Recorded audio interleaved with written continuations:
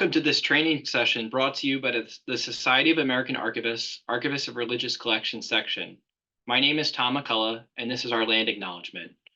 We acknowledge that we live and work on the traditional lands of many Indigenous nations. We know that Indigenous peoples have suffered from historical and ongoing injustices and understand as an archival organization that we must work towards sharing historical truths and renew respectful relationships with Indigenous communities.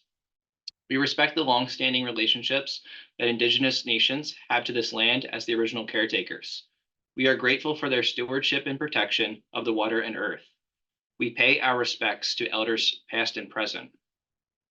Today's topic is artificial intelligence, copyright, and education.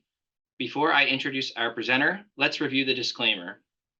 The content in these presentations is for information only and is not legal advice. Our views do not represent the organizations where we work. We do not make any endorsements or guarantees. We are not liable for any loss or damage caused by your use of the content we provide. It is your responsibility to critically evaluate the content provided in the presentation or any accompanying materials. Also, please remember the points shown on this next slide. You will not be able to use your microphone or video during this session. You can click on the closed captioning button at the bottom of your screen, and under live transcript, click Enable Auto Transcription to get closed captioning. There will be a question period after the presentation concludes. You should use the Q&A feature to ask your questions. We will not answer questions in the chat or unmute attendees due to time constraints. Please be respectful in your interactions. We expect you to follow the SAA Code of Conduct. This session will be recorded. Please fill out the short survey after the session ends. We encourage you to join the Society of American Archivists if you are not yet a member. We thank the Congregation of the Sisters of St. Joseph in Canada for hosting this webinar. And now I would like to introduce our presenter, Lisa Macklem. Lisa Macklem is a PhD candidate in law and a lecturer at the University of Western Ontario, whose research focuses on digital content delivery, IP, and the entertainment industry. She focuses on issues of access, copyright, and technology, fair dealing, online teaching, and technological neutrality, lessons from the COVID-19 crisis, co-written with Samuel Trosal, is in the Intellectual Property Journal, volume 32, issue number 3 from September 2020, and was cited in the recent Supreme Court of Canada case, York University versus Canadian Copyright Licensing Agency. Its citation being 2021 SEC or Supreme Court of Canada 32. Lisa is a frequent guest speaker in Asia and the United States on copyright and entertainment law issues. In September 2023, Lisa was interviewed about artificial intelligence on 630 CHED radio in Edmonton, Alberta, and about the Online News Act on CTV, National News in Canada. Welcome, Lisa. Thanks so much. Let me share my screen and we'll get right into it. We have miles to go today, so I will hopefully get through most of what I'd like to talk about. We're going to have a fairly wide range discussion. Oh, why is this not working? There we go. Our little AI buddy, send him away and jump into the seminar. So what I'm going to try to get through today is I want to define a couple of terms because I want to focus really on where artificial intelligence intersects with copyright, because I think that's most pertinent in the archivist area. So we're going to look at sort of how our AI works. We're going to look at some of the pros and cons to it. We're going to think about whether or not copyright actually attaches to AI generated works. So what is the current legislation there? What are the international guidelines? And then I want to turn to some recent cases that will hopefully shed a little bit of light on some of these issues, and then hopefully address the relationship to research, education, and archives as we go through this, and talk a little bit about licensing, which is now becoming more prominent in our dealings with certainly generative AI. And then I want to talk specifically about archiving and AI. Is it a disruptor or is it just a helpful tool? So what is then artificial intelligence? It's really difficult to define. According to O'Brien's Encyclopedia of Forms, section 33 in contracts, artificial intelligence means technology enabling the programming or training of a device or software to perceive environments through using data, interpret data using automated processing designed to approximate cognitive abilities, make recommendations, predictions, or decisions. And it's really that cognitive ability that is what's new about artificial intelligence. We can also define it as technology enabling the programming or training of a device or software to use or process external data, independent of any further input or programming, to carry out or undertake to achieve complex specific tasks. Or we can say it means computerized models and tools, including but not limited to machine learning and natural language processing, that act so it resembles human cognitive abilities for solving problems or performing certain tasks, right? So really, what are we talking about here? Is it a supercharged search engine, or is it worker replacement? So this is just some of the areas. I like this chart, just it sort of encapsulates some of the areas that are really hot buttons here when it comes to artificial intelligence and copyright. So if we're talking about training AI models, right?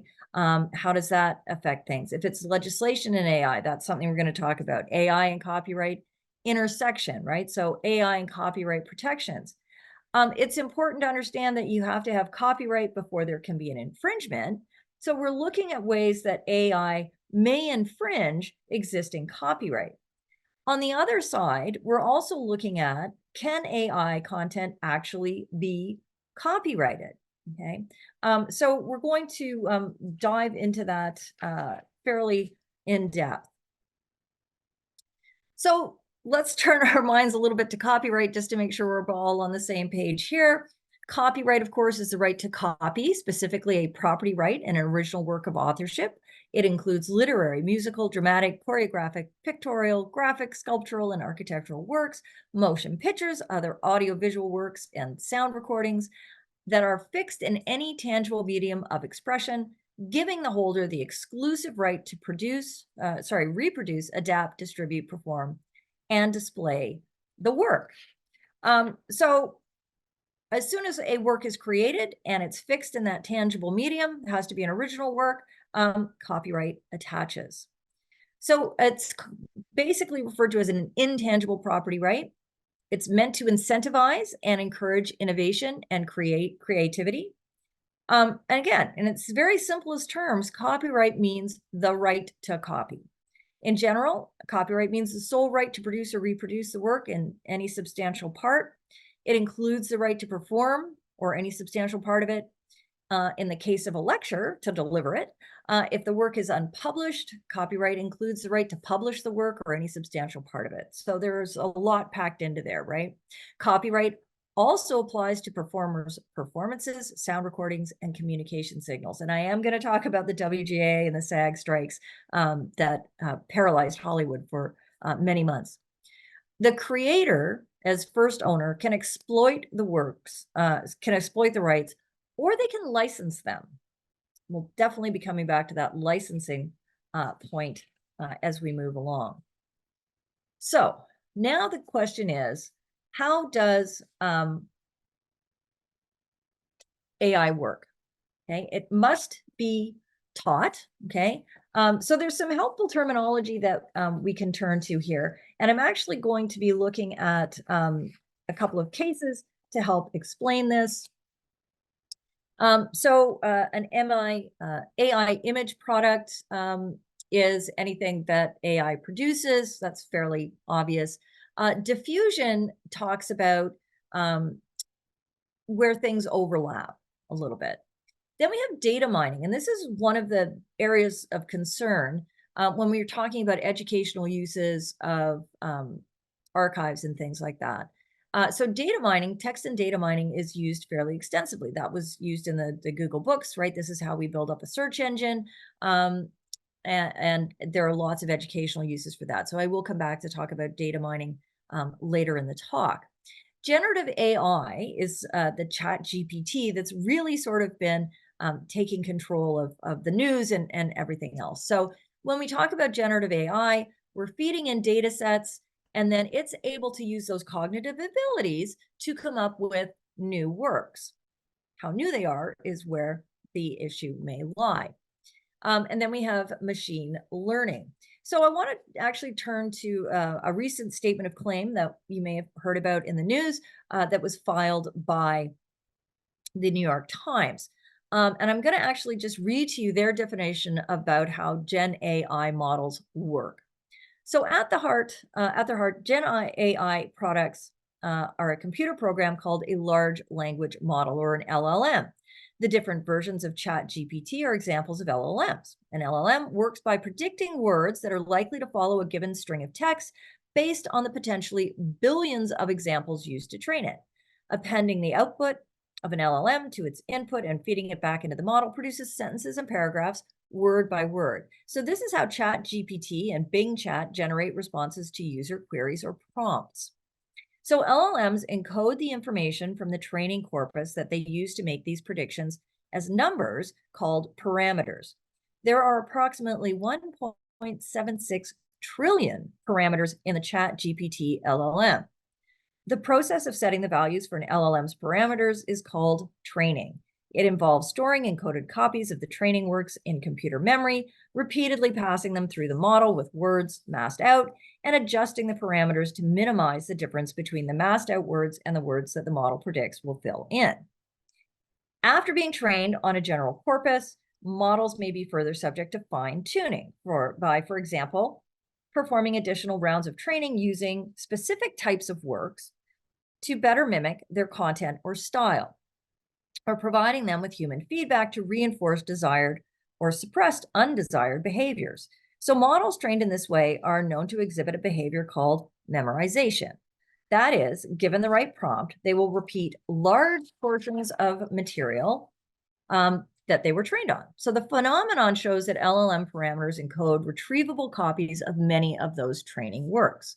Once trained, LLMs may be provided with information specific to a use case or subject matter in order to ground their outputs. For example, an LLM may be asked to generate a text output based on specific external data, such as a document provided as context. So using this method, defendants' synthetic search applications receive an input such as a question, retrieve relevant documents related to the input prior to generating a response, combine the original input with the retrieved documents in order to provide context, and provide combined data to an LLM, which generates a natural language response, which all happens very quickly, of course. So we need to think about where that information is coming from. And it's generally coming from either training images, and those images are coming through web scraping, okay? Basically just going out and glomming everything off the web and putting that in for the LLM to use to generate output. So garbage in, garbage out. So this is the Ad Fuentes media bias chart. I love using this chart. And it tells you sort of where various different publications land on a media bias chart, right? So you can see that not everything is created equally, right? We start at the top with very fact-based, middle of the road, unbiased, not right or left, with Pew Research Center, but then we go out. So where are these language models getting their data from? Okay, that's something that really has to be asked, right? Where that web scraping comes from is important as to what the outputs are going to be. Are they going to be biased? Are they going to be accurate?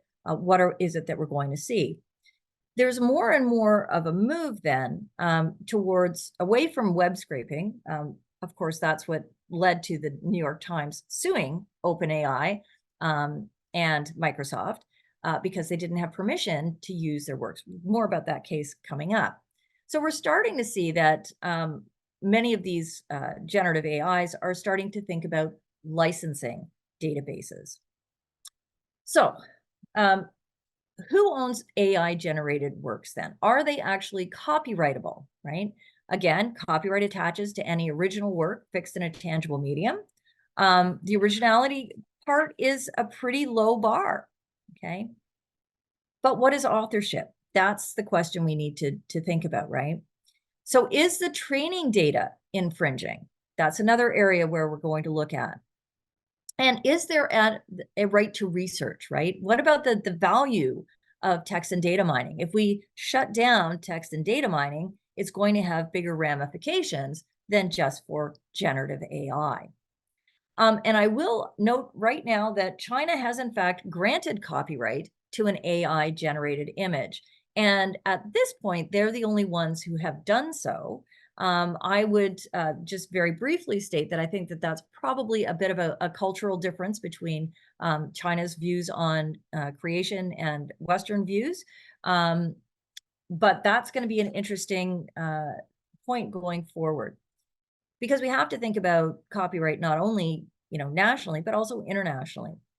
So let's go back to the pros first. So some of the pros then from using AI, better search engines, right? The more information we have in, the more we can search for, etc.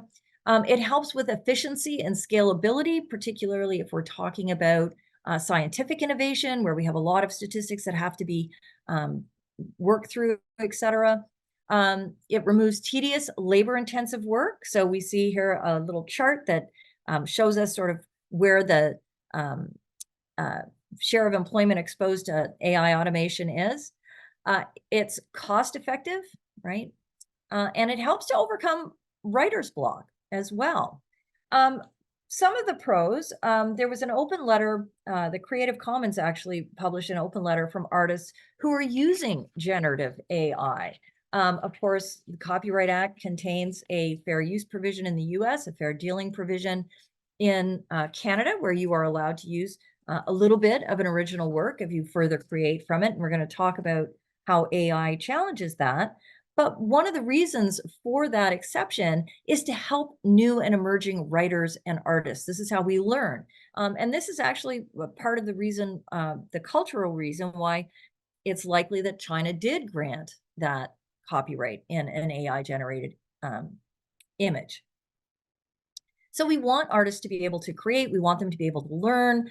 We then want them to be able to have remuneration for what they've created. But some of what this open letter from over 70 artists, I'll just read you a couple of what the artist said. So Natris Gaskin said, generative AI imaging is a continuation of creative practices I learned as a college student in my computer graphics courses. It's the way of the future made accessible to us in the present. So don't throw the baby out with the bathwater. Elizabeth Ann West said, generative AI has allowed me to make a living wage again with my writing, allowing me to get words on the page, even when mental and chronic health conditions made doing so nearly impossible. I published 3 books the first year I had access to DaVinci 3. Generative AI allows me to work faster and better for my readers. So it's not that everybody is against it in the cultural industries. There are definitely some uses for it. So it's clear that we need to find some common ground and compromises on the way forward. So what are the cons then? The cons, of course, are infringement. When we do take too much of somebody's original work, they're not compensated, so copyright infringement. The other con is the quality issue, right? Garbage in means garbage out. Where is this data coming from? If we think about bias and so on, right? We know that there is a white privilege bias that goes very deep into history. So if we're taking all of those older works and using those to generate new ones, are we perpetuating that kind of racial bias in these new works? Can we replace the creative spark, that human creative spark? Editing for accuracy, you have to go through anything you use generative AI for because it does produce inaccuracies. There was a case of a lawyer in the US who submitted a statement of claim that he had used generative AI to produce.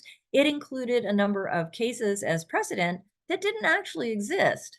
And he was unfortunately fairly severely disciplined for that.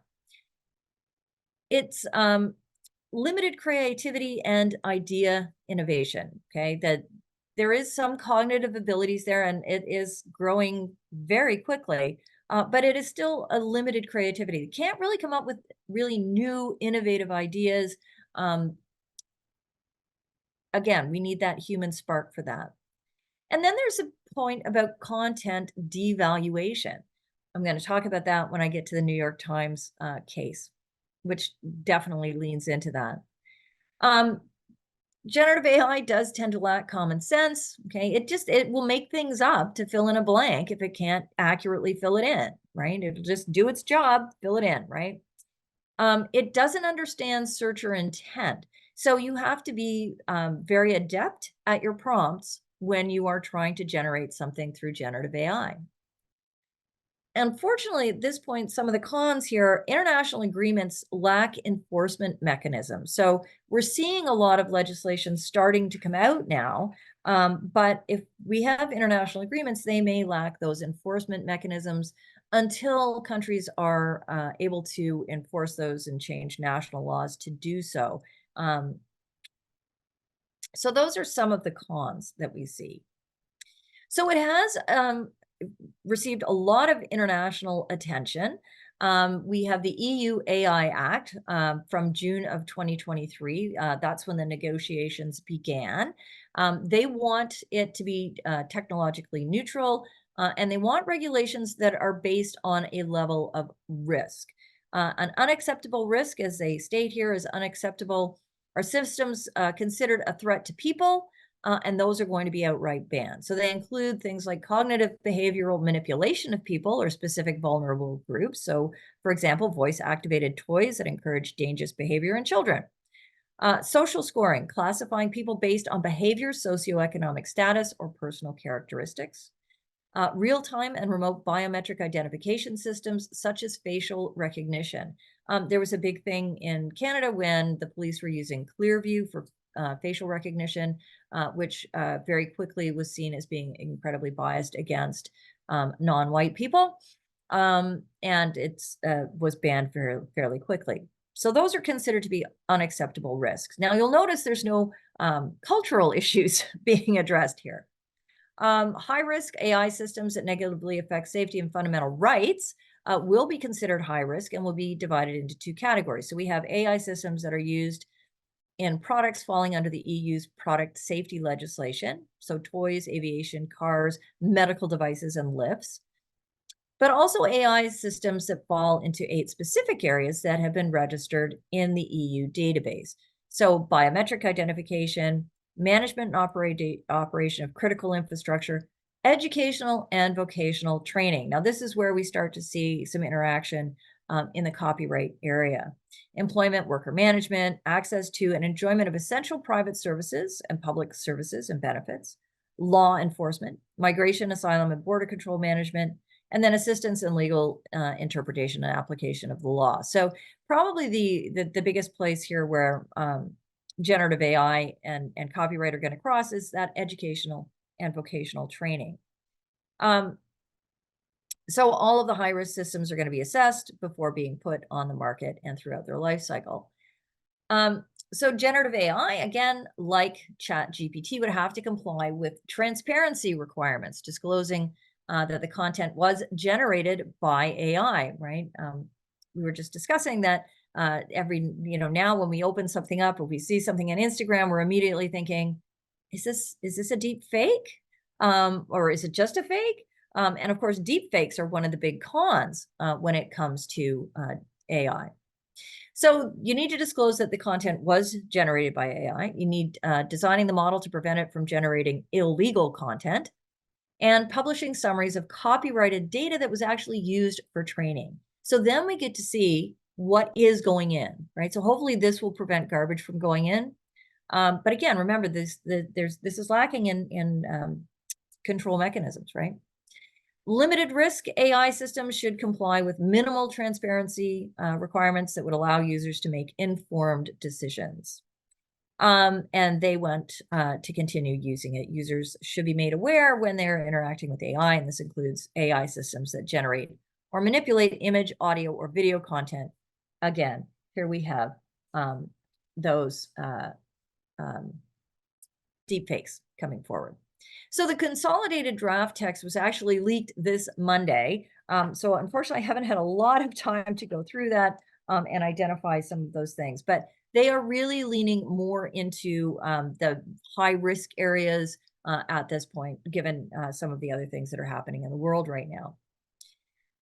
So let's turn our eyes towards what's happening in the US.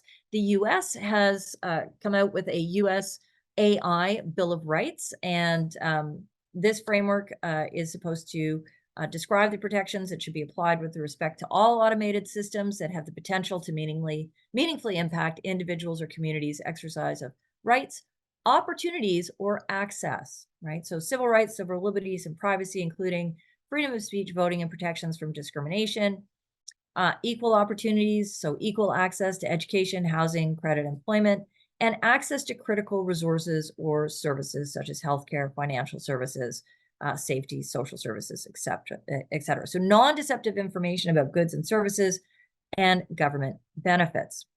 So we have an AI Bill of Rights in the US. How much enforcement that's going to carry remains to be seen. We would have to have somebody use this to challenge some use of AI. Now we turn to the Federal Register. And they put out a notice by the Copyright Office, the Library of Congress, on August 30th in 2023. They were undertaking a study of copyright law and policy issues raised by AI, and they were taking consultations until October 18th of last year. However, they stated very clearly works must have a human author, okay? But again, that doesn't mean that no mechanical assistance can be used, and they use the example of a typewriter, okay? It's important to keep in mind that every time a new technology has come out, copyright has struggled to deal with it. How do we now come up with an analogy for a simple copy with this new technology? So the printing press started us off. We had the player piano cause problems. The video player caused problems. The internet caused problems. And now it's AI. One of the cases, they addressed two applications for registration. One of those cases was the Stephen Thaler versus Sierra Perlmutter case over an image. The court in that decision made it very clear that the Copyright Office denied the application of Thaler initially and subsequently several times, in fact, on the grounds that the work lacked human authorship, a prerequisite. I'm reading from the statement or from the decision right now, a prerequisite for a valid copyright to issue in the view of the Register of Copyrights. So it has to be human authorship. They make that very clear. And in point of fact, and we'll talk a little bit more about that case later in the presentation, they also, delineate that you can't have a garden creating copyright, you can't have a monkey creating copyright. Those are well established in the law. And in the interest of time, I'm going to jump ahead a little bit here. Canada, on June 16th, the federal government submitted the draft law of C-27. Part 3 of the legislative package contains the Artificial Intelligence and Data Act, or ADA, Canada's first AI Act.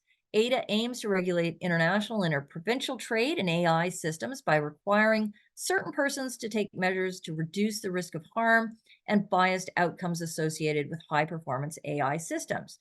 It provides for public reporting and empowers the minister to order the disclosure of records related to AI systems. So the Act also prohibits certain practices in the handling of data and AI systems that may cause serious harm to individuals or their interests. So currently, the bill has finished second reading in the House of Commons, and the committee has now submitted their amendments for further consideration and a third reading. It still needs to go through Senate and be approved by Senate.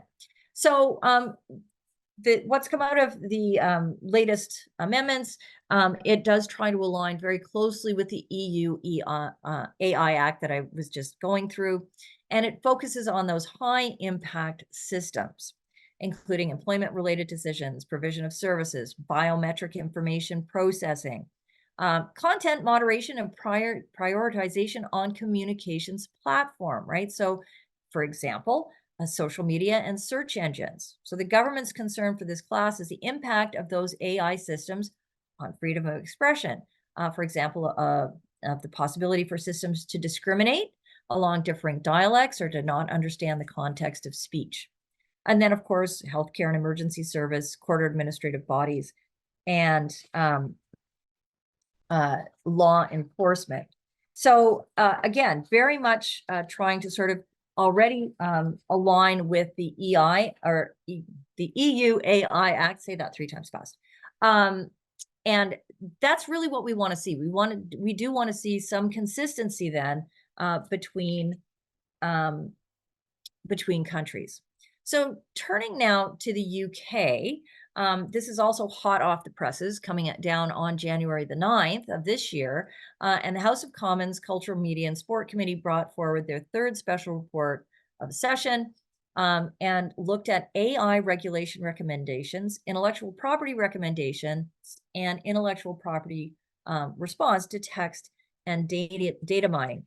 And in fact, they were really leaning into the culture and media industries here, which are a big part of their GDP. I'm just going to briefly go through some of the intellectual property recommendations here, which included recommending that the government does not pursue plans for a broad text and data mining exemption to copyright. So that response is covered in paragraph 31 of the report. And they say, as the committee notes, reproduction of copyright protected works by AI will infringe copyright unless permitted under license or an exception. The government is not proceeding with its original proposal for a broad copyright exception for text and data mining.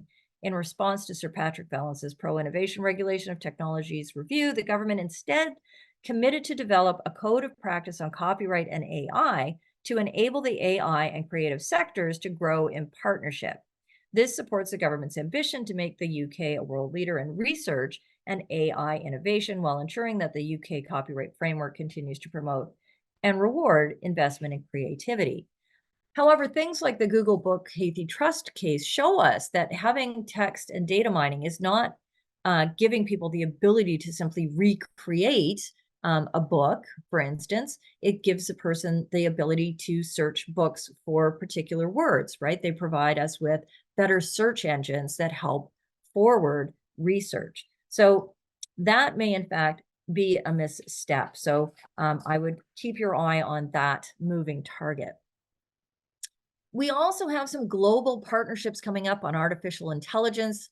The GPAI, we had 29 international partners here, including India, Canada, the US, and the EU.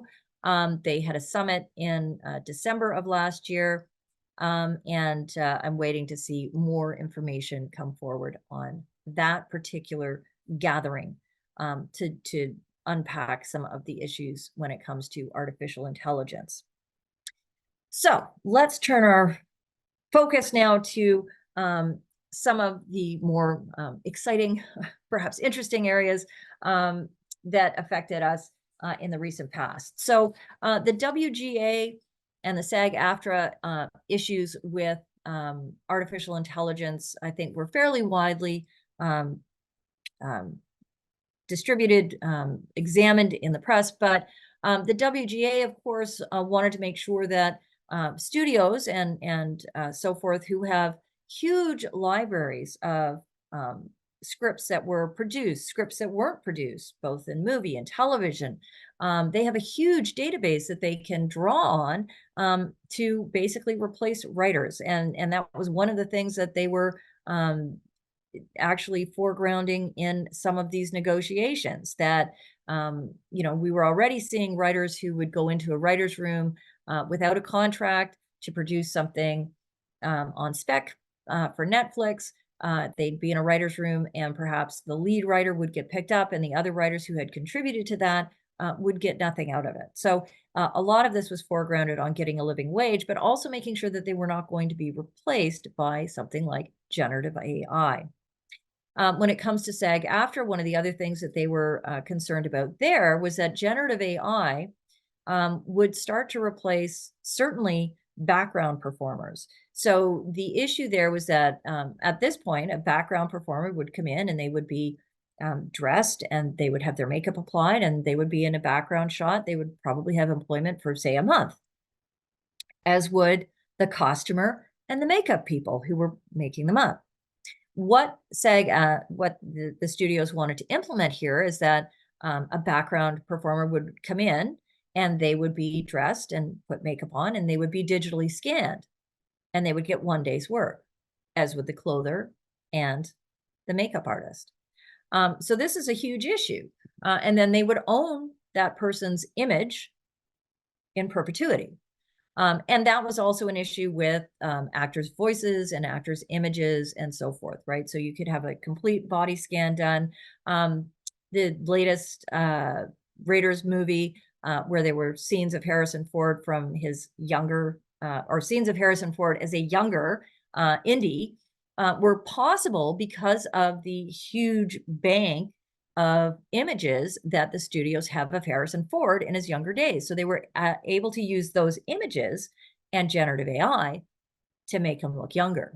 Okay, so this is again, it's another, we've had CGI, yes, but this is another step in that direction where we less and less need the actual real people. So one of the that was just one of the issues there that came forward. And now what we're seeing is a move towards licensing those images. And I'm actually going to skip over, in the interest of time, I'm going to skip over.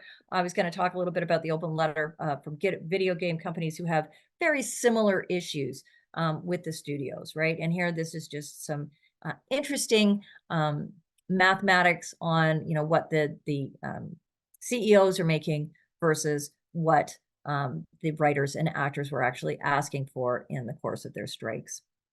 So let's dive in a little bit to the Fowler versus Perlmutter case. It's quite interesting for a number of reasons. So they didn't get copyright in the image. Okay, he was not allowed to register it because it lacked human authorship.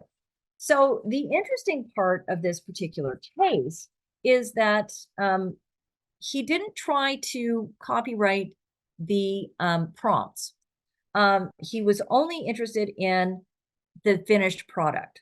So the court decision actually makes some intimations that if he had actually put in for copyright on the prompts, and where he did actually create something, they might have been more willing to think about giving him copyright in the image.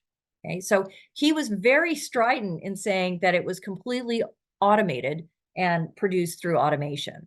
So that's pretty much the nub of why probably he did not get granted a registration, but that might be a way forward.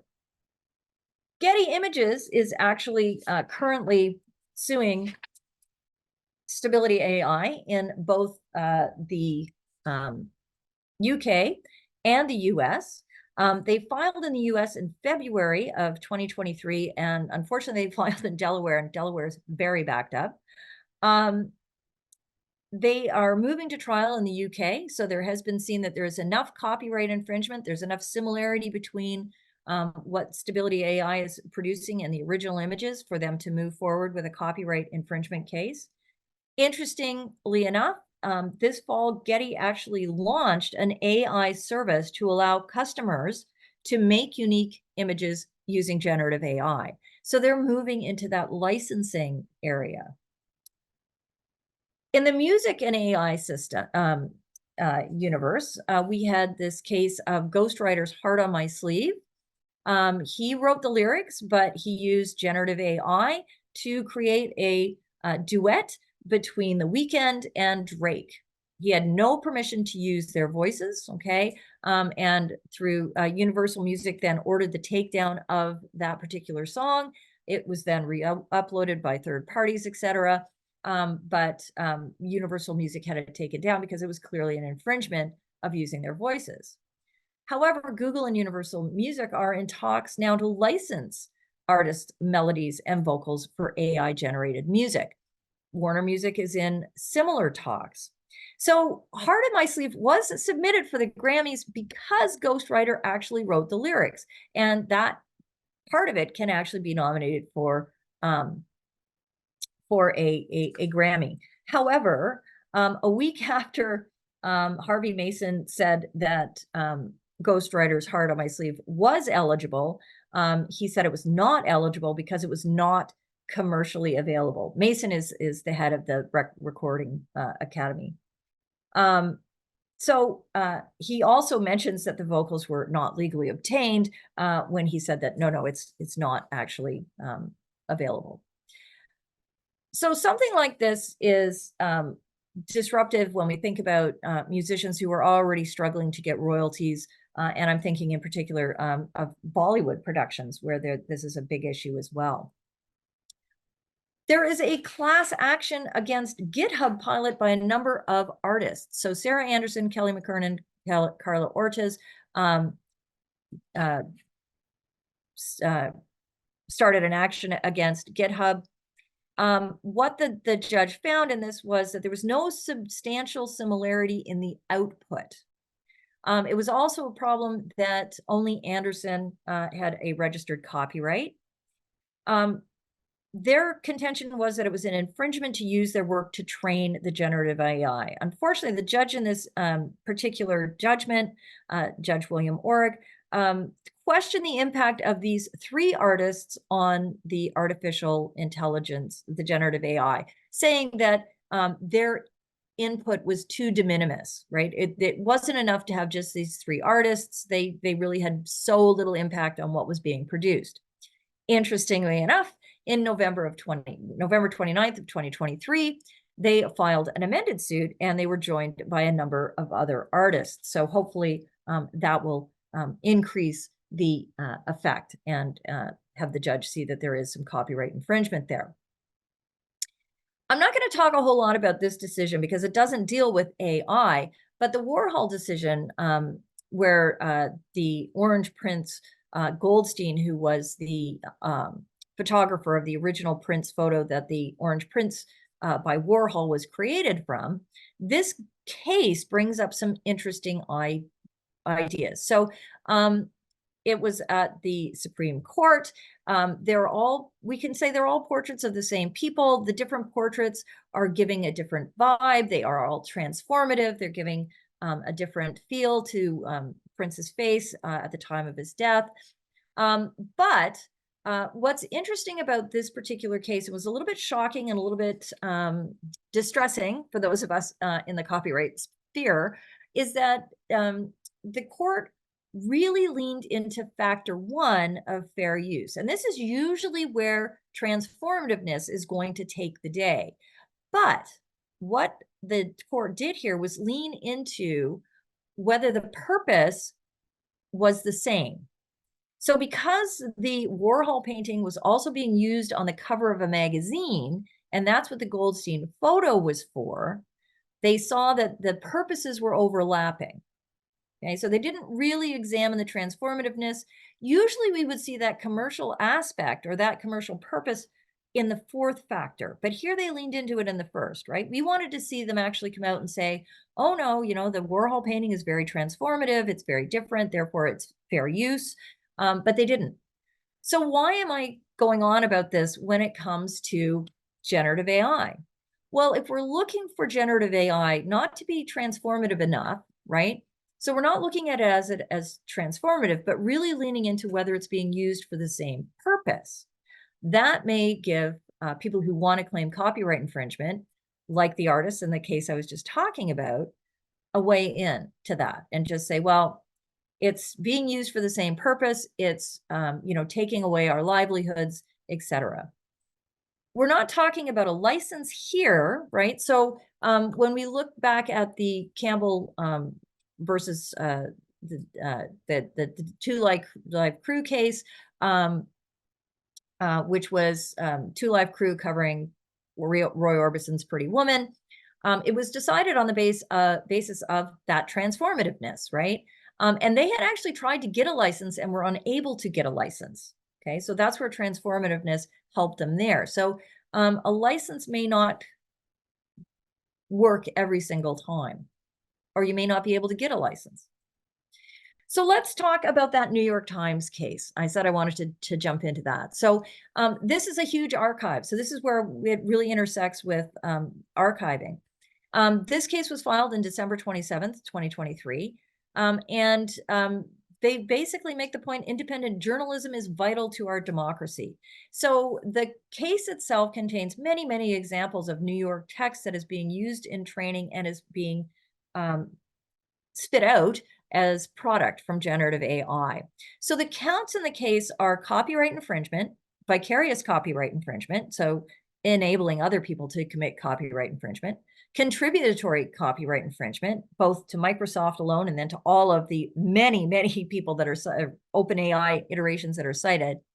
They also talk about the DMCA, a removal of copyright management information. So they are not actually citing necessarily that it is the New York Times. Common law, unfair competition by misappropriation. So this is where that intersection with the Warhol case comes in, right? This is the same purpose. You are directly competing with us. And trademark dilution. So this goes back to the con part where I said, generative AI doesn't always give you correct answers. So it's citing at times the New York Times, but citing it incorrectly or citing something that's wrong and saying it was the New York Times that published this when they did not. So that's trademark dilution. That's taking away from the New York Times reputation. So there's a lot in that particular case as well. So what are the implications then for archivists? Some of the pros would be help in organizing archives. And in fact, perhaps helping to organize and foreground less well-known archives from marginalized peoples and so on. It can provide help in searching archives. That's a text and data mining element too. So again, that's one of the areas where we may want to see more exceptions when it comes to copyright. And licensing, right? So licensing may be a pro, both to help archivists get more information, but licensing may also be an income stream. Do you want to license your archive to an AI system? But the cons then could be loss of control over archives, right? If people aren't getting licensing, if we don't see that licensing needs to be a part of this equation. And there may be copyright infringement, right? If people are able to scrape your archive and then build it into their generative AI system. And there may also be misrepresentation as well that can be foregrounded, such as with the New York Times case. So again, some of the pros, might be looking at low traffic fragmented pockets on the internet where some of the smaller communities have built and maintained their own archives. That could be one of the major things that would be a pro that came out of the use of generative AI in this particular space. And again, AI helps archives break out of the limitations of traditional archival units, while also, maintaining their strengths, such as in terms of provenance, right? But again, it's going to be a matter of how tightly we can control those spaces. So I think that just about brings us to the end of my talk and leaves us a little time for questions. So thank you very much for your attention. I know that was a whirlwind tour of a lot of different areas, but I'm absolutely happy to take questions. So before I get started, please give Lisa a round of applause. This has been super fascinating, Lisa. So thank you so much. Um, just a reminder, please use the Q&A feature at the bottom of your Zoom screen to pose questions for Lisa. I have a few questions that came up during the presentation, so I'll get us started while we wait for your questions in the Q&A. My question comes from the fact that much of the collections in our repository are older handwritten materials. So this is less of something that I've personally encountered as an archivist. But I'm suspecting that some archival repositories are challenged with the ingest of content, where it's difficult to ascertain what content has been produced by AI, or maybe perhaps made to look like another artist's work, or it's difficult to determine ownership or authenticity or other archival notions. And I just wondered, in your experience, if you've heard about from like archives and libraries that have struggled with ingesting materials that maybe are AI generated. And if so, are there tools that archivists or librarians might be able to use? There are some tools. I'd be hesitant to recommend any because this is a really fast changing area. And as soon as, I mean, there was, when I was teaching, last year, there were some, tools to use to tell if students were using generative AI for essays and things like that. Generative AI systems were pretty quick to be able to plug those holes, right? So that you can't tell. I mean, I think that there aren't really, I don't think there's any really reliable tools right now. I think we'll certainly see those being developed. I think treating materials sort of like orphan works is what people are going to have to do, and just be really careful about the provenance, right? And ensuring that, I mean, if something doesn't have a clear provenance, then you kind of have you can't really bring it in with any sort of certainty. And I think that that's, I mean, if you want your archive to have that kind of certainty. So at this point, I would sort of say, hold that thought. I think that if a lot of this legislation that I was talking about, a lot of these international treaties and agreements come in, and we do start to see more transparency, that's going to help. I'm hesitant to want AI to be granted copyright because I believe very firmly in the creative spark. But on the other hand, I think, if we start to see what the parameters are and we can actually, there's some legitimacy there, then we can start to be able to recognize it. I think people will be more comfortable saying, oh yeah, this is AI generated, but I get copyright anyways. And I think that the way that's going to happen is that, we're still going to have people writing prompts. It may be that copyright is going to attach to the prompts. It may attach to the end product. It may attach to parts of the end product. We'll have to sort of wait and see how that shakes out a little bit. Thank you so much for answering my question. We've received a few in the meantime. Our first question that we received is, do you believe the function of LLMs returning large chunks of verbatim materials were trained on working against the notion that copyright is not being infringed due to transformative use? I think that that's what they were hoping to lean into. That's certainly the defense that they've often come up with, is that, this is completely new, it's transformative, et cetera. But at the end of the day, that's not the only factor in the fair use factor, right? And is it transformative enough? Well, we have to look at amount, right? Substantiality. And unfortunately, that's why the GitHub case, why the artist lost, is that it wasn't seen to be a substantial amount of the output, right? So in that case, the court was leaning towards fair use. But where it's a large chunk, I mean, that's going to weigh more heavily.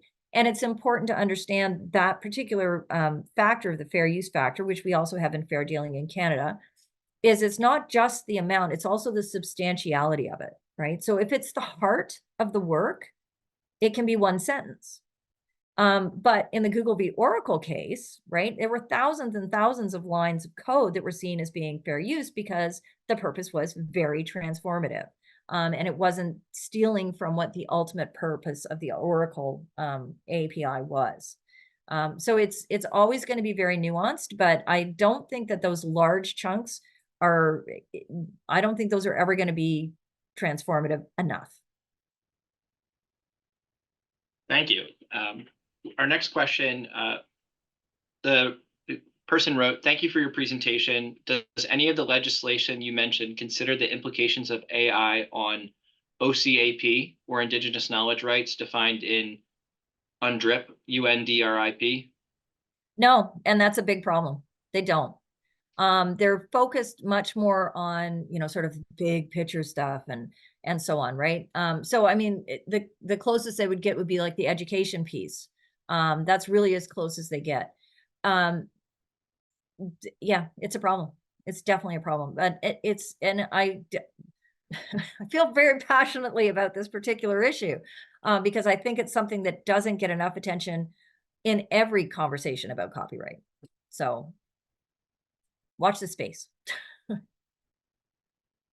Thank you. Another person submitted a question, or they actually, it's more of a comment, wondering if there will be a committee formed with records managers or RM, archives, libraries to create policies, processes, procedures. And maybe this goes along with what I had asked at the beginning of the Q&A. Yeah, there's definitely a need for one, for sure. I think that, every industry where this is being impacted, should be coming up with a set of policies and how to deal with these issues. It's just such a fast moving target, that it's hard to keep up. But I think that, that's a really good place to start, is with a grassroots, committee, to grapple with the specific issues for each specific, industry, et cetera, endeavor. Thank you. I think we have time for one more question. This question is, can AI data mine non-digitized material, for example, archival holdings? Well, no, that was an easy question. Unless somebody scans it, right? Then no, it can't. But on the other hand, I mean, then you're missing out on the benefits of digitizing archives, right? But yeah, I mean, there's certainly a lot of valuable things that are archived that are not digital. I remember life before the internet. So yeah, I mean, they can't data mine it.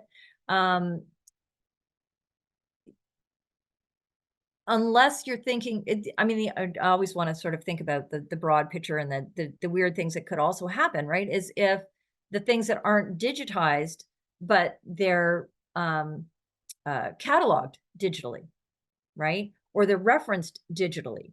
Those things could be mined. And of course, with, generative AI increasing in sort of cognitive abilities, could they be incorporated? Maybe. Awesome. Thank you. We're going to sneak in one last question here. What ways do you think ethic training for AI can be created for the public? That's a great question. Again, I mean, I think that we need guidelines, that come down, from legislation. I mean, I think there needs to be guidelines, they're broad guidelines. But any sort of ethical, I mean, the ethics question is a tough one because, again, what is the enforcement mechanism there? Do we just ask everybody to play nicely? But I mean, I think definitely having at least ethical guidelines out there, that does set a bar, right? I mean, there is, in law, there's a duty of care, right? You have to sort of know what society expects of you, and how to treat these things. So, I think that, yeah, we definitely need to have some ethical guidelines. That's probably something that the government should do fairly broadly, to cover those things. And I think that then we'll have to see those possibly play out in cases that come up before the courts, and how those might be enforced in that way. Fantastic. Well, unfortunately, we are running out of time, so I think we're going to stop here, but let's please give Lisa another round of applause. This was a super interesting and informative presentation. Thank you so much for joining us today and sharing your knowledge, Lisa. If you enjoyed today's presentation, there's a good chance you'll also enjoy one or more of our upcoming presentations. If you visit the ARCS Models and Resources Committee events page on SAA's website, you'll find that, like today, most of our sessions take place on Thursdays. We have an upcoming presentation on February 15th about privacy and access restrictions. Later in the month, on February 29th, there will be a presentation on discovering enslavement histories. Also next month on February 22nd, there will be an archival chat session, Community Archiving with Anglican Parishes, led by Des Nicario. I'm joining Des as a support person for that session, so I hope to see many of you again here. Thanks again, Lisa, and take care, everyone. Thanks so much for having me.